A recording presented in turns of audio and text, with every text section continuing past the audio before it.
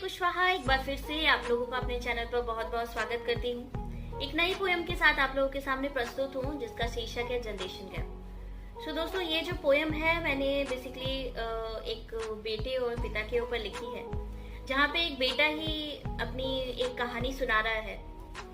तो यहाँ पे मैंने एक ऐसे पहलू को आप लोगों के सामने लाने की कोशिश की है जो अक्सर सबकी लाइफ में चल रहा होता है।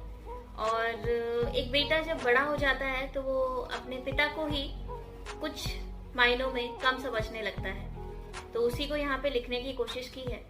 और एक पहलू यहाँ पे और जो उजागर होगा वो ये है कि हमारे पिता कभी कुछ बोलते नहीं है, वो कभी अपने मन की बातें आप तक नहीं पहुंचाते।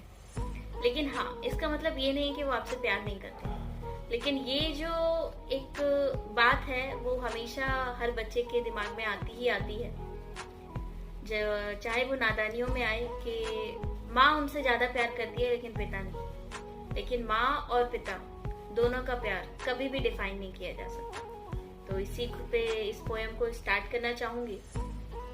पोयम कुछ इस प्रकार है। किसी ने रोटी, किसी ने कपड़ा और किसी ने मकान लिख दिया।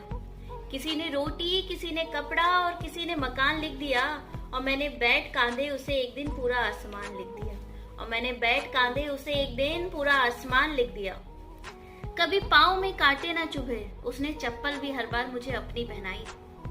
कभी पाँव में कांटे ना चुभे, उसने चप्पल भी हर बार मुझे अपनी पहनाई। और वो अपनी आंखें भी मुझ बेशर्म को दे गया। अब वो अपनी आंखें भी मुझ बेशर्म को दे गया। न जाने उसने राहों में कितनी ठोकर खाई। माँ पहले उठती थी सुबह को, माँ पहले उठती थी सुबह को, वो देर रात सोता था। माँ पहले उठती थी सुबह को और वो देर रात सोता था।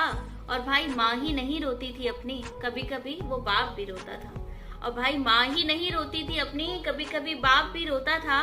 और कभी कभी जिम्मेदारियों से मन उसका भी अझेल होता था। कभी कभी जिम्मेदारियों से मन उसका भी अझेल होता था। और भाई माँ ही नहीं रोती थी अपनी, कभी कभी बाप भी रोता था। और भाई माँ ही नहीं रोती थी अपनी, कभी कभी बाप भी रोता था। बात शब्दों की आती वो अक्सर चूक जाता था। जब बात शब्दों की आती वो अक्सर चूक जाता था। और मर रहा हो अंदर से पर बस मुस्कुराता था।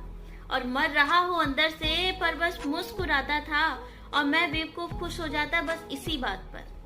और मैं बेवकूफ खुश हो जाता बस इसी बात पर कि मेरा बाप तो मेरे ही सवालों पर मूक हो जाता था।